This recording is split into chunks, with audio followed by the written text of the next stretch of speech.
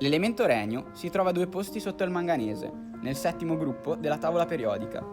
La sua esistenza fu predetta da Mendeleev nel 1869, quando pubblicò la prima tavola periodica, in cui sotto il manganese vi erano 2 buchi.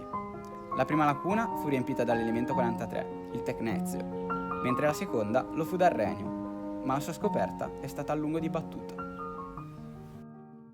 Nel 1904 il giovane studente Ogawa si sposta dal Giappone allo University College di Londra, dove il professore Ramsay, co-scopritore di numerosi nuovi elementi, quali neon, argon, krypton e xeno, lo include nel suo progetto per analizzare il minerale torianite con l'intento di isolare un nuovo elemento.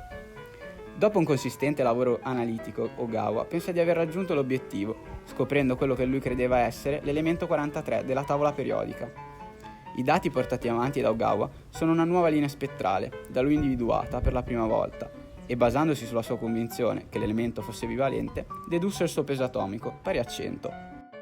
Ogawa infine convince Ramsay della sua scoperta, e quest'ultimo, in onore del Giappone, gli consiglia di chiamarlo nipponio.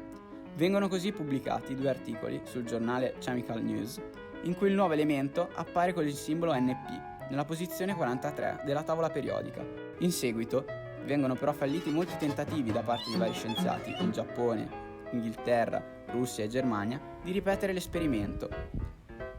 Il nipponio di Ogawa perde credibilità e sparisce dal panorama scientifico senza lasciare traccia.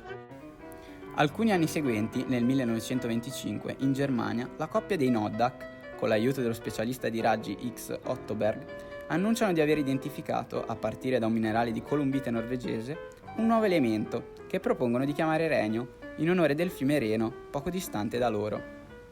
I Noddack superano i loro concorrenti perché sono i primi a comprendere che l'elemento che stavano cercando non era come il manganese, ma più simile agli elementi posti sulla stessa linea orizzontale della tavola periodica.